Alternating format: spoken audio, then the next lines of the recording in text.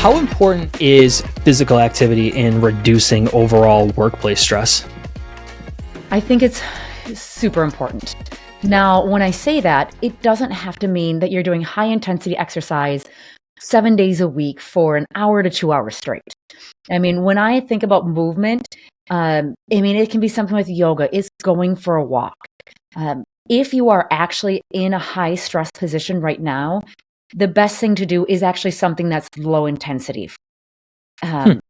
Because what happens is when you look at your cortisol levels, when you do high intensity activities, it actually raises your cortisol levels.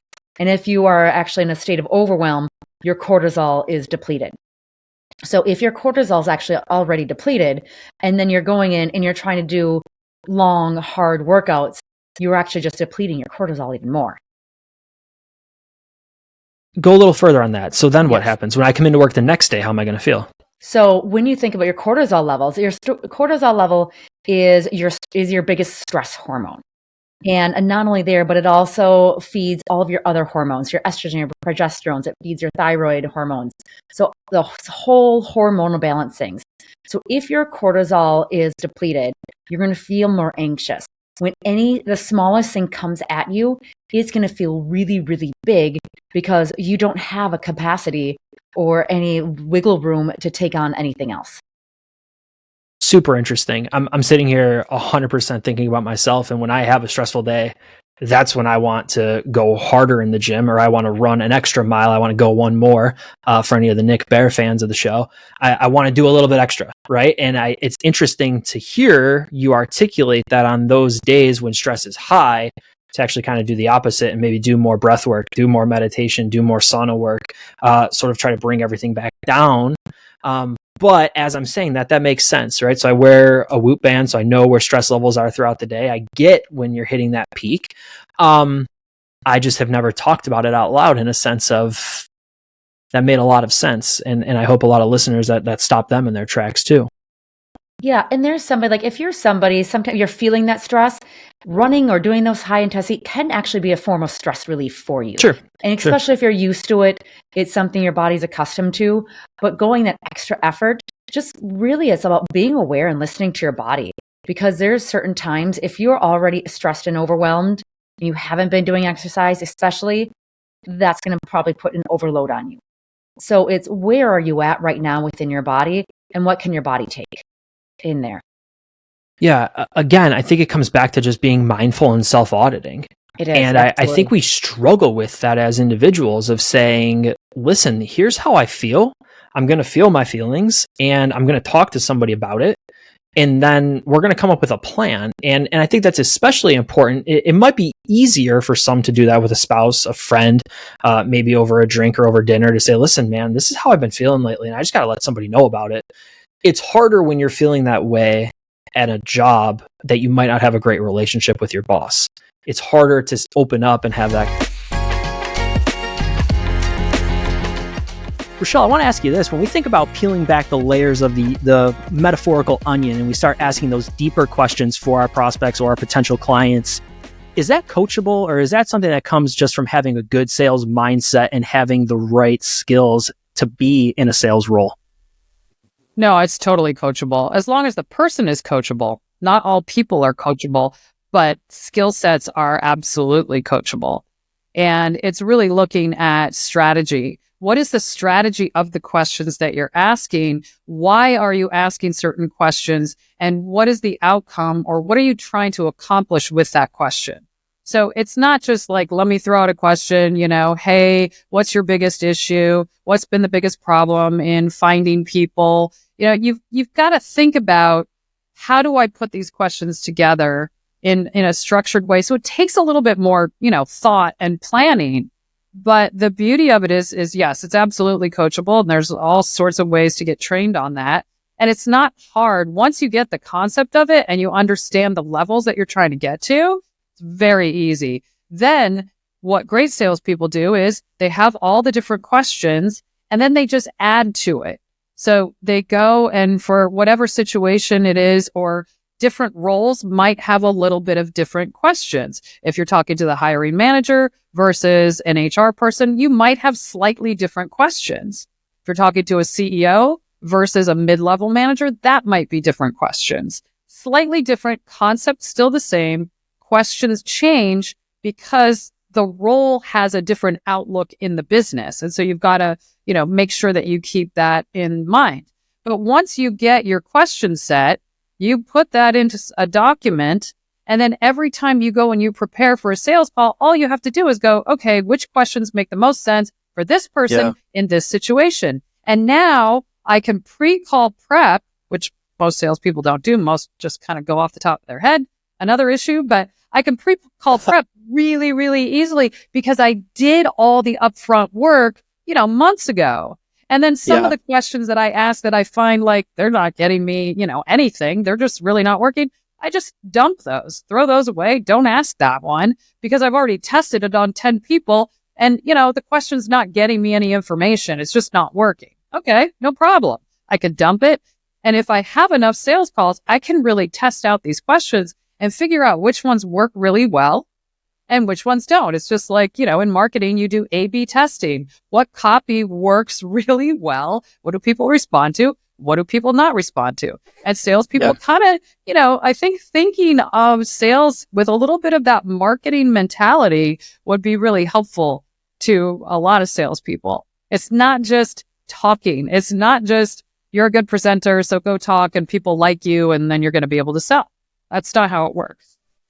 Yeah, I come from a music background, and in a lot of talks that I've given, have sort of ended every talk with a set list, right? These are the things I talked about, and here's my set list. And I've also used a set list when I speak because my slides follow a certain cadence, right? And as you were talking and you're thinking about, okay, these are sort of the 7 questions we always ask, and then we have sort of these plug and play. When I'm in Detroit, I have this song that gets added to the set list, or I'm in Buffalo, this song gets added into the set list. I love the thought of making that music analogy of saying, okay, this is our 7-song run. We always play these 7 songs. These are the 7 questions we will always ask. But if the band's feeling it, we'll play these 2 songs too, or we'll encore with these 2, right? If the conversation's going this way. So friends, my way to tie some music back and to take the stage here for a little bit. But I really do like that thought. Analogy. That's a great analogy. I really do like that thought. Yeah. And what I love about it too is you're playing off the audience. So if you're in a band, you're going to play certain songs because you look at the audience, you get the feel of the audience and you go, I think in Buffalo, this is going to go over really well. Yes. And so the same thing is happening. An HR person is going to get different questions, like I said, than a hiring manager because they have different outlooks. They have different roles. But you always have your standard questions that you're always going to ask no matter what. And then you've got your more tailored questions that you add in. So it's a great analogy. I might steal that one, actually. You're welcome to it. I also like that there's an out. So in the same respect, right? If you're playing too many high energy songs, you need to bring it down. You need to give people a chance to breathe. There are sales calls that are not going to go the way you want them to go, and you need to deviate from the plan.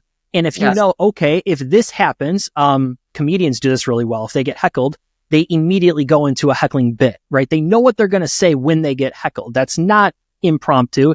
They know what they're going to say. So if the conversation starts to get away from you on a sales call, know what sort of song or bit you can plug into to still save the sales process, but get you to at least that next stage of the sales process, get you closer to the yes in that. If I was an A player, if I was the best salesperson in the world in this marketplace, how would I behave? What would I tell myself? What would I do? Would I come to work and complain and blame and be a victim? Or would I pick up the phone and be different? Would I act like everybody else? Would I act like a vendor? Would I act like a trusted advisor? I think the biggest challenge that people have is breaking out of the loop of being themselves. And I don't know if you've ever listened to any Joe Dispenza stuff. He has a great book called Breaking the Habit of Being Yourself. And we all want to be better. I don't say we want to be different, but I'm sure we all want to be better. And what are we doing in order to become better? How are we reframing our mindset? What are we doing to help our own mind come to terms with who we want to be as opposed to who we don't want to be or who we are? That's keeping at this level. And I believe this, you have three types. You have your winners, you have your losers, and you have your at leasters, the mediocre. Am I allowed to say losers on this podcast? I don't even know. You can. Can I get away with that? Okay. You got your winners, you got your losers. You got your winners, you got your losers, and you got the ones in the middle, the mediocres, the at leasters.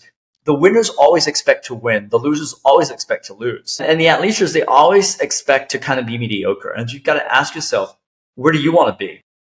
If you throw yourself a few years ahead in time, what kind of a sales professional do you want to be? And I think that's a really important question we should be asking ourselves. How can we bring our future selves to the present? And so from a mindset reframing, what I train and coach my clients to do is, one, journaling. If you have a weak mindset, if you get offended, first of all, I don't know if sales is the right thing for you. If you have fear of rejection, you might want to look for another job. Sure. Yeah. But if you do, is this something you're struggling with, then journal to yourself. Tell yourself that you're the best. Fake it till you make it. People say, I like to say, be it till you make it. Do it till you make it. And I will guarantee anyone out there that if they take a journal and they write to themselves every day, I'm the best salesperson they've ever seen, and you do that for 2 consecutive years, I guarantee you will become the best salesperson they've ever seen. But it's really what we tell ourselves. And if we can't tell ourselves that we're awesome, no one else will tell us that we're awesome. And if we don't have conviction, and I think the key word here is conviction, Brad. It's conviction. It's, people like to talk about mindset. That's, it's kind of nice, especially these days, it's kind of sexy and fit, but it's really conviction, having full conviction in everything we do. The moment you have conviction, I say this, in a down market, hiring is probably one of the best industries to be in, because everyone's, they're all changing. They're moving. They want to get good people in. They want to get bad people out. I can't imagine a better time. And people talk about, there's a recession, and it's, I was talking to someone earlier today, like, it's a recession happening. I'm like, this is if there was a recession, probably the best thing for your business, because when there's a recession, that means that things are changing. Companies are evolving. And I think that's a super important mindset element with regards to, we don't succeed when it's great. We succeed when it's bad. Everyone succeeds when it's great. During COVID, there's like money coming out of everyone's ears. So it's like, yeah, right. There's money for free, but that didn't really last. And it's about difficult times that build us up, make us stronger. It doesn't. Do you go to the gym? Me? Yeah. Yeah. 4 days a week. So, and do the weights get lighter every time you go? There are days where they get heavier, but most times they get heavier. Lighter, yes. But you get stronger. You don't get stronger by looking at them or crying at that they're, that you get stronger because you're lifting them every time, and it's painful. It's creating. Your muscle doesn't grow, right? You're ripping your muscle for it to grow later. That's what it's all about. And that's why I always say rejection is protection. If you're getting rejected, you might just be getting protected. When I call and someone's being a jerk on the phone, you know what I say? Thank God this guy's telling me, James, I'm not for you. I'm a jerk. Move on. The great one's next. It's, a couple more dials. Every time you get a no, that means your yes is coming. But it's a combination, going back to your question, what builds that mindset. It's a combination of conditioning your mindset but also doing the behaviors. If we're not doing stuff, nothing happens. Nothing changes. Yeah, it's interesting. You mentioned conviction. I come from a music background, and I was on a ticket with a touring musician at one point. And when I got off stage, he looked at me and said, Brad, you sing with conviction. And when people sing or speak with conviction, anyone will listen to you. Isn't that a great feeling? And it's interesting. It's interesting that you said that, and that I actually just got called back to that, because that was years ago. We're probably talking 15, 16 years at this point. But I remember him distinctly saying, you sing with conviction. And then I started to kind of, air aside and kind of like pass him off a little bit. And he said, but when you speak and sing with conviction, anyone will listen to you. And I think in the sales game, when you're not on, when your voice starts to fluctuate, the prospect knows that. And if you are speaking with conviction at any point of that process, the conversation becomes so much more easy. Well, can I add something onto that? I'd love it. Please. I would take it even further. I'd say don't even talk. Speak in conviction. Ask questions with conviction. Ask the toughest questions you can ask. Because only someone has full conviction in everything they say and do, they ask really tough questions. And you know what they do rest of the time? They shut up. They don't need to talk. Salespeople and sales reps that are listening to this, You know you might have a conviction problem if you're talking too much. Always say this, never justify, explain, or defend. The reason is because the people that hate you won't believe you, and the people that love you don't need it. Yeah, I have found by having a show like this and by having more calls and just being on the phone more, I've stopped asking guiding questions. So I've stopped getting down a path where I know where I want you to start to answer, and I'll just sort of stop and let the individual take that where I go. But if I speak with conviction, I ask questions with conviction, well, then you know sort of what the question's supposed to be. You know the path that we're trying to go on. And it's so interesting to me how much this music background sort of comes into play. And we're going to talk about health and fitness in a second here as well, James. It's so interesting to me how much of that plays into the sales game. You work with a lot of staffing and recruiting firms, I know, at Butler Street. What is the staffing industry getting wrong as it relates to sales in 2025? That's a great question. And so you have to just think about the landscape of staffing in 2025. So we're coming off of a bad year for the industry. I think the industry is projected to be 10 or 15% down. So coming into 2025, what some people are getting wrong is, hey, the market's back up in 2025. So we're just going to do the same thing that we did, and we're going to let the market dictate our success. So we see a lot of people not playing offense. They're like, okay, well, I want to see how the year starts. Like, let's wait until Q2. Let's do something in the second half of the year. So the biggest mistake we see is people actually not taking action and changing, whether it be their strategy, their effort, their service offering, just because they think the market's going to be the thing that swings them up this year. Yeah, I'm a huge proponent of the quote. It goes something like, what got you here won't necessarily get you there. And I feel like our industry as a whole, whether it's for the last decade or 20 years or even startups, they know what got them to a certain point. And then they sort of just stop. They say, okay, well, this got us 5 or 6 orders in the past. Let's continue doing this because we need 5 or 6 more. But we don't realize that we're playing at a completely different game. 2025 isn't 2024. It's certainly not what it was like pre-COVID. So we need to play from a different game. We need to play a different system because sales is completely different when we think about where we're at right now. Right. And you can point to COVID being that big shift because everyone started working remote. People, like our customers, got rid of their office phones. So even trying to set a meeting with someone, it's a different game. How we use our cell phones, how we communicate with technology, all of that is really different, and that requires a different skill set. And I love what didn't get me here is what got me here isn't going to get me there, because it's so true. It's like the tricks of 2018 and 2019 will not work in 2025. And that goes with the scale of companies as well. So there's a reason why only 250 staffing firms are above $100 million for revenue, because people stall out between 25 and 75 because what got you to 25 won't get you to 100. Say that number again? Yeah, so only 249 staffing firms are above $100 million in revenue. Really? And there's 27,000 staffing firms in the US. So what do those companies do to get over 100 million when other companies stall between that 25 and 75 million mark? It's super interesting. I didn't know that number, and I appreciate you sharing that number. Sure. Yeah. So what are those companies at the top doing differently than the companies near the bottom, those small to mid-sized staffing firms? What are the Goliaths in the room doing that sets them apart, that gets them to 100 million? Yeah. A lot of it comes down to, okay, what's our actual growth strategy? So some customers, they're focused on, all right, we need account expansion. We have some really big accounts. We need a really good account management strategy to gain market share. Other companies are like, okay, listen, hey, we don't have those big accounts with the total addressable market to sustain us at $100 million in revenue. So we need to go acquire those new logos. So depending on where you are in your business growth cycle, that should dictate what your strategy is to get to over 100 million. We talked about some of the opportunities for the industry. I want to pick your brain on some of the threats to the industry now. So when we think about your research and what your team's doing over at SIA, what are some of the biggest threats to the industry in the short term and then long term?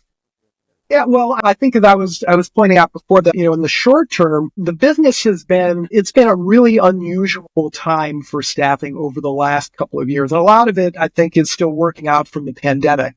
But typically staffing whenever the economy has grown, staffing has grown along with it.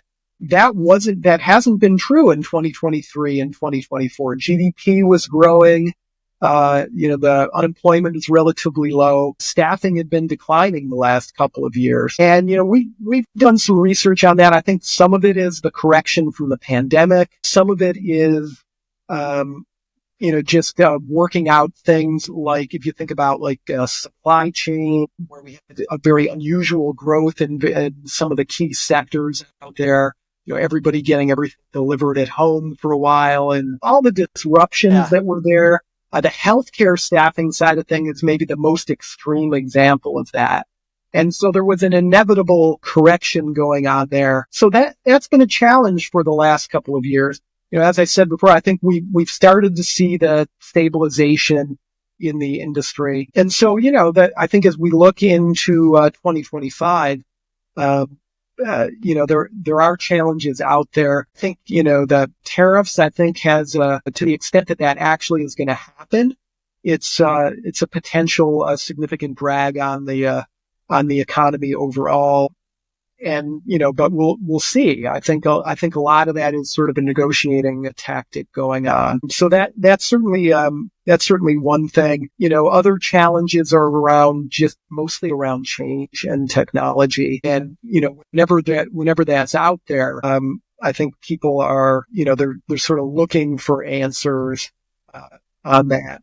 But the long term, and then over the long term, I think this move toward, I guess what we're calling convergence of this merging of technology and, this very people-driven business. And there's a lot of tech disruption that's going on out there right now.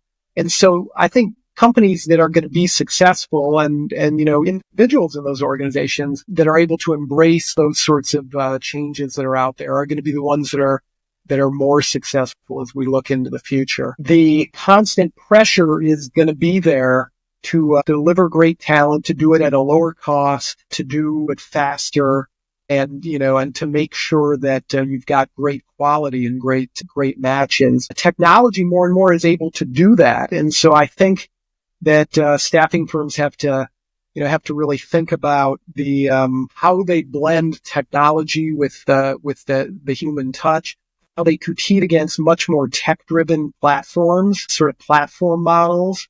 And I think that'll be one of the biggest challenges as we look forward, is just how the industry sort of reorients itself around all this tech-driven change and, it is able to find, the right niche to play in.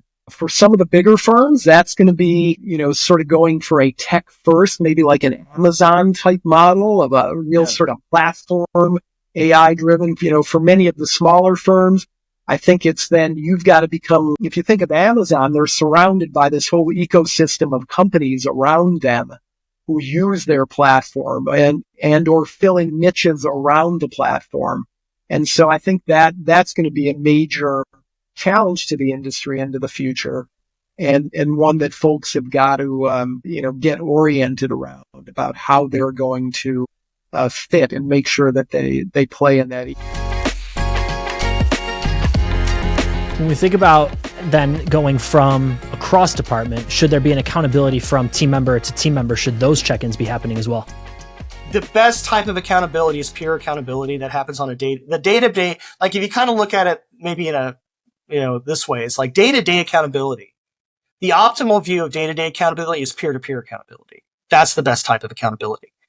If you looking at week over week accountability, where you're looking at performance over a period of time, then manager to employee accountability works best. You're not going to have a peer go look at somebody's numbers for the week and say, hey, you missed your submittal nubbers by 2 last week. That's not going to happen. Right. But what they are going to say is like, hey, why didn't you cover my job? You said you were going to cover it, right?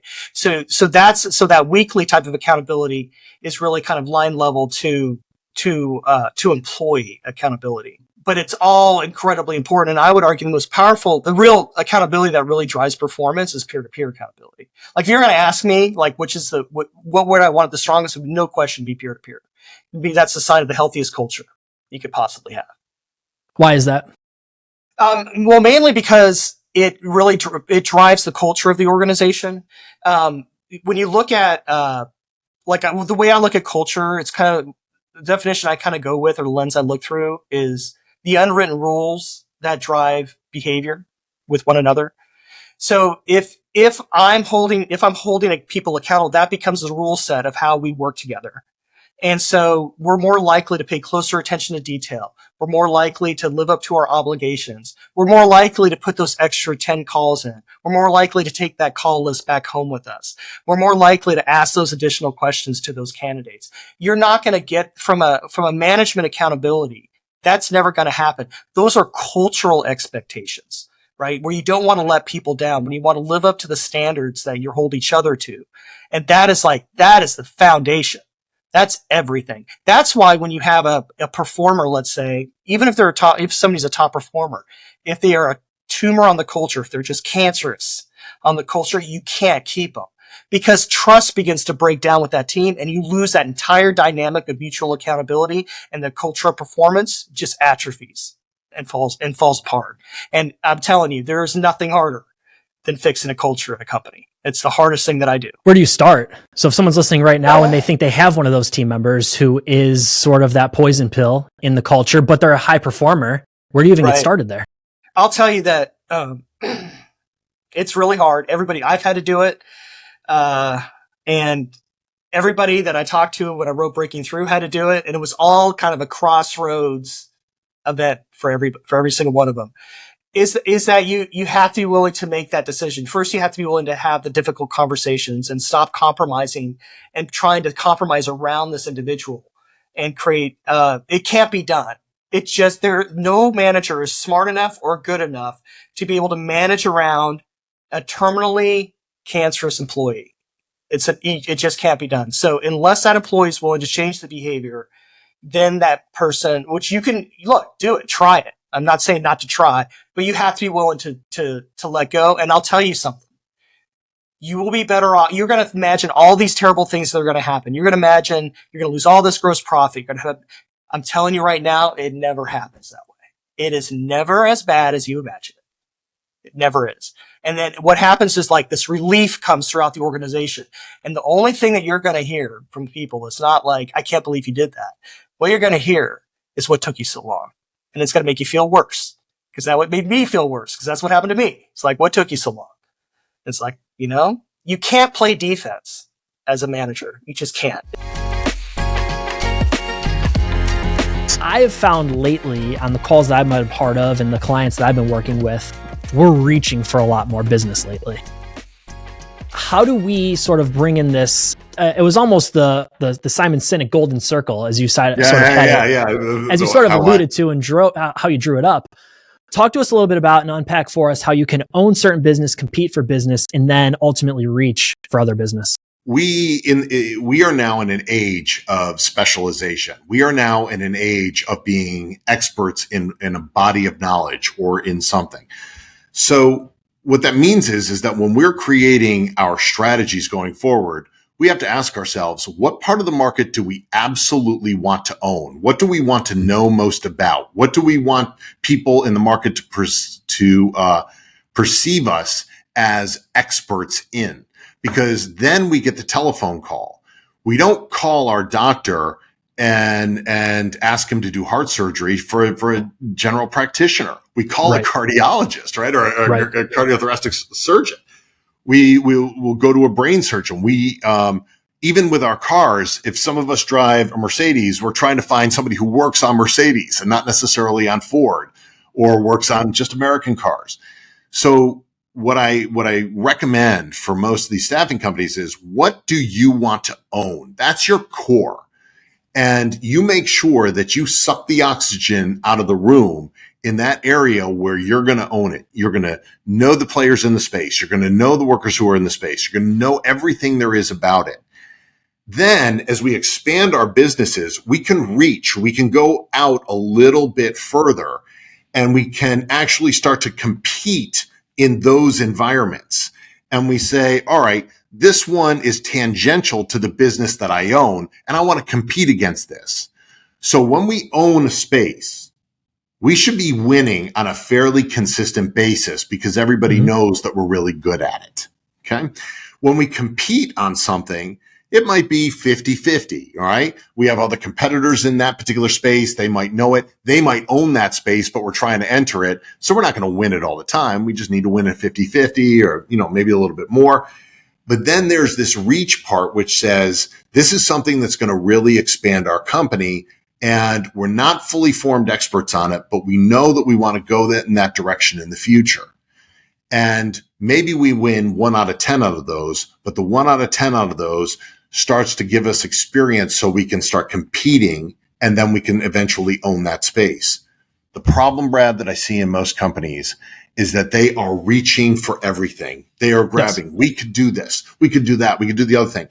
And then what they do is they end up sacrificing margin, or they sacrifice delivery, or they sacrifice some other core part of their culture in order to reach for everything. And sadly, that's what starts to spiral down. It starts to break it down. They start to see their margins erode. They start to see their customer service erode. They start to see their customers leaving or starting to dial down the total amount of volume that they're getting from them. And it's because they're out there reaching for everything instead of understanding and owning their core. What if there is no business in their core? What if they have to compete or have to reach? Right now, it's very difficult to close job orders, right? That's all I'm hearing on every single call that I'm a part of. Yeah. So I feel like inherently, you then have to reach, right? You have to try to find, otherwise the business is going to go out of business, maybe, right? Presumably so. If there really is no local business in the space that you own, what do you propose staffing firms do? Yeah, so there's that whole thing. This is something that we can actually learn from Silicon Valley, right? Because Silicon Valley has the term pivot. We pivoted this, right? We had this original awe-inspiring idea, but it really wasn't working out. So we pivoted and we became this thing over here. And in almost every successful story that you hear out there, there is going to be some degree of pivot.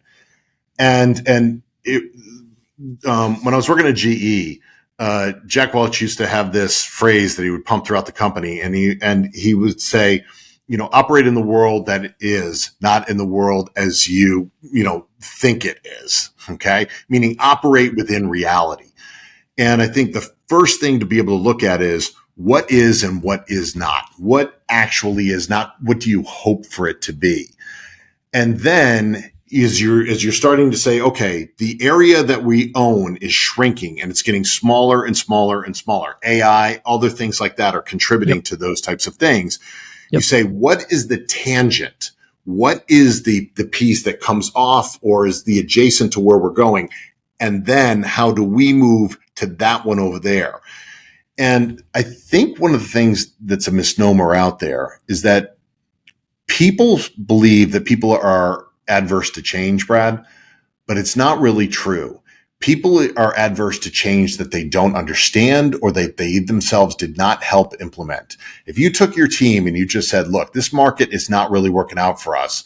We have a culture of learning. I want everybody to take the next 3 months and kind of figure out if we were going to pivot this company, where would we go? The ideas would flow in. Now we've got the culture of learning, culture of responsibility, culture of accountability. And you've got a collective that's determining we owned this, but now we want to compete for some of these things over here and make that pivot.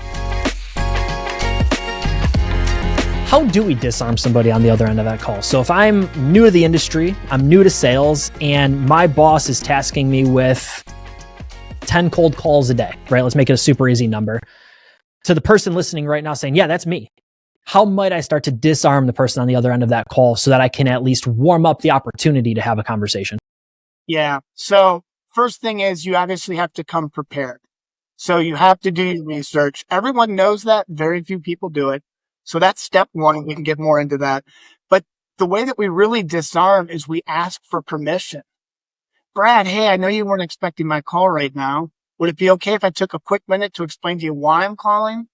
And then you can decide if it even makes sense for us to continue. Does that sound fair? So you have to make the prospect feel like he or she is in control. Because if you don't do that, then they're going to feel like they're stuck in a bad conversation. And who wants to be stuck in a bad conversation?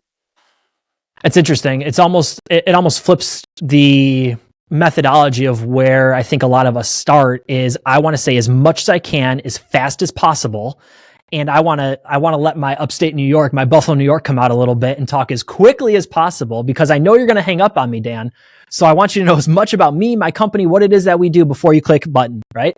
And I like the thought of disarming on the other side of that and saying, listen, I know you're busy. I know you weren't expecting my call, but is it fair if I just have 15 seconds of your time, 20 seconds of your time to tell you why I'm calling in the first place? That's exactly right. Your mindset, your mental model is, look, Brad, I'll just be real upfront. If at any point you think this is not a good use of your time, please let me know. You can kick me to the curb. No harm done. I'll get out of your hair. But you got to believe it. It can't just be words. You have to believe it. And so when you believe it, that comes through in your tonality. It works really, really well. But most salespeople are so desperate to get a meeting and get in front of a customer or get a dialogue going that they shortcut the process. And that's where I think that's where they misfire. Yeah, I've been saying that on a few shows lately. In marketing terms, we talk about the ADA model. So it's awareness, interest, desire, and action, right? So before you buy anything, whether it's staffing services, a new t-shirt, a new microphone, whatever it might be, you need awareness of the product. I have to captivate your interest into buying the product. Eventually, you'll have a desire where, yes, I'm thinking about that. And then finally, you take action. Our industry, because we're down, we have been for years, because we can't get somebody on the phone, because we can't close new orders, we're constantly looking for action.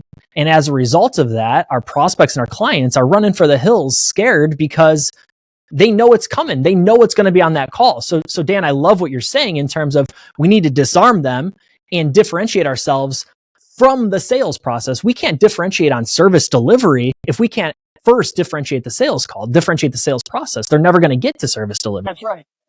Yep. Yeah, no, you're spot on. And so again, just you got to believe in that and going down that path. I lost my train of thought. I was going to make a point. Now I lost it. So it's really just buying into that, convincing yourself that you're not there to make a sale. Look, it's going to take 5 or 6 conversations. You look at the statistics. So you're just there to start a conversation. And for me, like when I'm coaching reps, I'm encouraging them. We're just trying to have a meaningful conversation.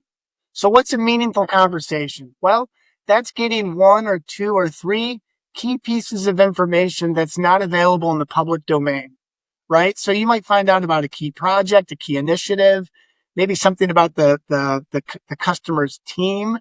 And so if you think about that, in order to get that information, obviously I have to ask good questions, but I'm going to have to disarm the customer and make the customer feel comfortable in opening up and sharing that information with me. So that's why I think disarming it's absolutely critical. If you don't disarm on the first, in your cold calls, you're not going to get anywhere. So you alluded to sort of the kickoff process, right? When you bring a new partner into your staffing firm, you've decided I'm going to go with ABC vendor because of whatever it is that they can help you with.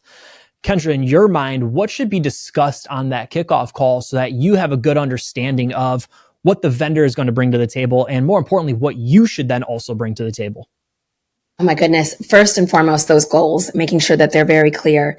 I think that it's super helpful to have an exercise together to define those goals. So often I will have conversations with the clients and they're like, I need this. I need this solution. I need this. And then you ask them, what is it that you're looking to solve for? What is, what are the issues at hand, the challenges, et cetera? And you dig a little deeper and you're like, this may not be a technology solve. Let's start with your process. And let's look at that and bring in a technology partner to walk you through your process and figure out how you can improve that before you put the technology on top of it. So that's the phantom knee pain, right? Yep. So I'm training for the Buffalo Marathon over here. And last fall, I started PT because of some knee pain that was popping up. Find out that it's really because my hips weren't strong enough. Oh my right. goodness. So that phantom knee pain is because of really hip discomfort. When you fix your hips, then you fix your knees, you fix your knees, you fix your feet. And I think a lot of partners, when you're having that conversation, I'm feeling pain here. Mhm. Let's fix this pain here. And as you're alluding to, it's that phantom knee pain. It's saying, I think I need tech. You don't really need tech at all. You need better systems and processes. Sorry to cut you off, but No, I just want to share that as well. That's perfect. I mean, and it's a marathon, not a sprint. So if you're having phantom pain, having a conversation with an expert and helping them having them help you look into what the source of it is so, so helpful. And it's a game changer because now you have built some real trust as a foundation. You've had real candid conversations. You've established some open communication. And through all of that, you've determined whether or not their values and their culture is aligned with yours. So now let's take these goals we've identified and run with them. So Kendra, we have the kickoff call. We have the kickoff process. We're now up and running with our strategic partner. How often should a staffing owner check in on the program or check in with their strategic partners? Yeah, I would say monthly at the very least. It's the same approach that you have with clients, right? You want to have those monthly check-ins. If you haven't heard from your client in 30 days, that's not good news. So same goes for your partnerships. You want to have those touch points. And I'm not just talking about send me a quick report. No, send me the report beforehand and then let's have a quick call. And it can be 15 minutes and let's just cover one key topic. Maybe everything else is going smoothly, but bring something. And your partner should be bringing fresh ideas or questions to you more than anything. So that's a real sign of a good partner is, are they curious? Are they innovative? Those things translate to those monthly calls and things like that as well. It's not just an overarching theme, a pie in the sky, if you will. It's like, what are they bringing to those check-ins? Yeah. I agree. I love monthly check-ins. I don't like just regurgitating data. Yeah. I think if we're sending reports, we're sending data. It should be easy to digest and it should be written in a way where the story is already told within the data so that the call is about what's next. Mhm. It's about either A, what happened that led to the data, or B, what's going to be done to improve the data.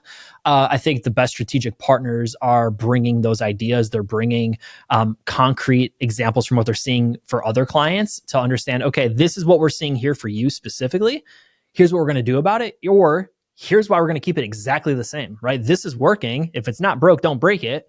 Let's continue just doing exactly what it is that we've been doing because we're seeing really good success from this. Yeah, agreed.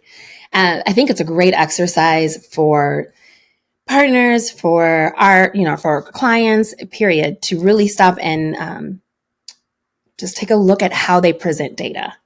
Like, what are you including in reports? How high are you keeping it high level enough for executives? It's a really strong exercise. And I have mentees now who like that's one of the things they'll bring to me for our monthly calls is I have this presentation or I need to share this info with my CEO, how best to do it. And I really challenge everyone to practice that, because if you can boil down a long report into 3 slides with minimal notes and, maybe a couple appendices, then you're winning, because once you get on that call, it's going to go so much more smoothly. They're going to have questions prepared and they should be able to take a look at what you sent over 5 minutes before your call. Sure. So yeah, that's an aside, but so important. I really, really, really believe strongly in that. You don't need another person to create content. What you need is someone to explain how reps are consuming the content and whether the content really helps the execution or not. I think that's important, right? So I think that is actually a really good point that you hit on there is no one needs more content. We need the right content. We need to be able to digest the content. And throughout the sales process, we need to be able to regurgitate the content to our prospects. Having too much content is almost like not having any in the first place, right? I see that firsthand, right? So this is our probably 40th episode of this show.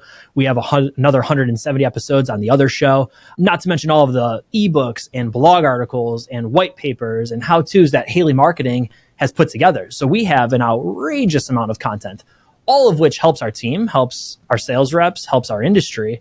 But I know firsthand what you're speaking to. When I need to find an answer to something and I need to dig through the catalog, it could be a challenge for sure. So I think you're spot on with that. Having a lot of content, while it can be helpful, the sales team and your sales reps need to know how to leverage it, how to use it, need to be able to actually articulate that to the prospect, because at the end of the day, that's what matters most. Exactly. And what happens in reality, when you realize that you need that part, that component in the puzzle, so you either create content or you just basically push the responsibility to the reps. Guys, Sure. This is the new content. These are the new playbooks. So find the time to practice, to brush up, to catch up, to review that latest content. And we expect to see some, improvement in your upcoming calls. That's a reactive approach. That's not what sales enablement needs to do. In my opinion, and I've been doing that, quite enough. What needs to happen instead is you need to actually get everyone together. You need to go through the content. You need to show them where the content is in order to help them find that content, when the need arises. What works best is practicing together.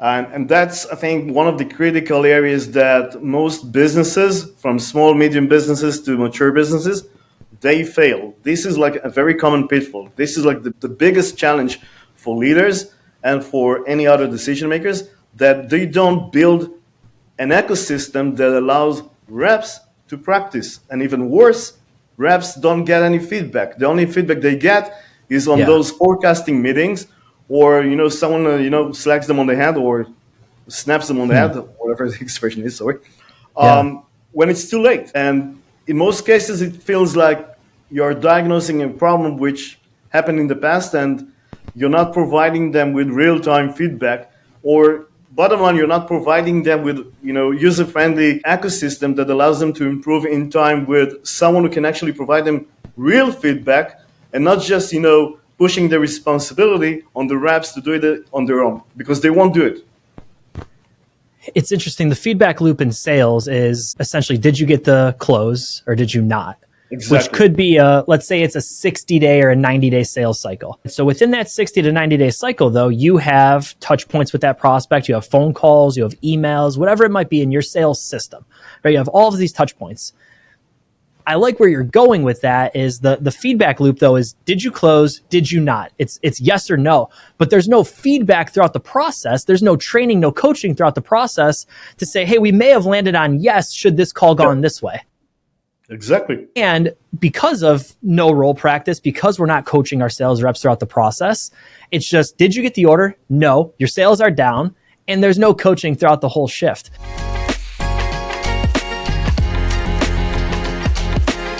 When we look at the staffing industry, we have a tendency to be reactive, and it's just a byproduct of the industry. We get an order, we react to the order. We don't get orders, we react to that. We have to go sell more, right? Or we have an order, we don't get enough candidates, we react to that. We post a job listing, we go get more applications. It's a very reactionary industry. How do you propose staffing owners become more proactive instead of reactive? Well, it's understanding your financials, your data, what is actually happening, looking at your top customers, looking at headcount, looking at margins, looking at your weekly billings. It's all of that information. And working with CFOs, you have an abundance of information. What information do you capture? What is important to you as the business owner? And I'll say one more thing. Our most successful staffing clients, the business owners have surrounded themselves with the right people. It's the team. It's having the operations person. It's having the internal VP who will oversee the financial operations. So when you're the business owner doing everything, it's very hard to be proactive. A client of mine said it best. It's like a horse race. At 6 a.m., the bell goes off. I'm reacting to customers, to vendors, to employees, to family members. And next thing you know, it's 6 o'clock at night. The bell goes off and I got to repeat tomorrow. So having that team, especially as you grow, 21, 22, 23, in some ways was easy. You were just order takers. You didn't have to do anything. The business was coming to you. So a lot of our clients are investing in sales and recruiting, bringing in third parties to kind of re-educate. How do you go back? How do you look at tomorrow on how you sell? I don't know if it was your show or someone else mentioned you may need 70 touches. That was us. It was an amazing number before you have a sale. So what data, what technology can we use to speed that up? Yeah, and if you're new to the show and you haven't heard that stat, what we were doing is Brad Smith was at a recent conference and he had heard it take 70 touches. And that was from a CMO of a staffing firm going through their data and seeing that it takes 70 touches, not to land the order, just to land the initial conversation. The landscape is so noisy right now. We have so many options as buyers of t-shirts, of staffing services, whatever it might be. We need to have that repetition and that consistency. And Michael, you had mentioned that, that 6 to 6, you feel like you're just putting out flyers all day. I have this running sort of conversation with my wife of whether or not my day was busy or productive. I like to have productive days. I don't want to have busy days. Marty, when you think about what the best staffing firms are doing differently, or the best recruiting firms are doing differently, how do you propose they are proactive instead of reactive to what's going on around them? I like to talk about it when I see folks successfully navigate from startup to exit. The founder goes through what I call 3 phases, right? When you found a company, the company is always what I call founder dominant, right? And what does that mean? It means the founder in many ways dominates the firm, usually from a sales perspective or a recruiting perspective, from a personality perspective, from a culture perspective, right? When a firm is founded, you're founder dominant, right? So you got to figure out as a founder how to move through these phases, and that phase is where you're going to start. The next phase is what I call founder led, right? And that's a transition, right? Because you're going from the dominant figure and you want to become more of a CEO. And a CEO is putting in policies, infrastructure, people, teams, right? So they're suddenly leading the company versus dominating the company, right? And then the hardest stage is to go what's called founder inspired, right? Founder inspired is now you're just the inspiration for the company. You're looking at the future. You're seeing where we need to go. You're like a chairman of the board or a chief vision officer, right? So those are the 3 phases. So if you want to get out of the 6 a.m., I wake up and I'm taking orders, right? You got to progress through those 3 phases, in my opinion. And you got to get the people, the processes, the practices in place so that you can do that. From your experience, what's harder? Is it finding the people to enable an owner to do that? Or is it the owner getting out of their own way and enabling themselves to do that? Oh, that's a loaded question. I think most of the time, honestly, it's the owner gets in their own way, right? I mean, I'm an owner. I'm constantly getting in my own way with respect to my firm, right? If I could get out of my own way, my firm would be at a different place than where it is today. So I think we unknowingly get in our own way.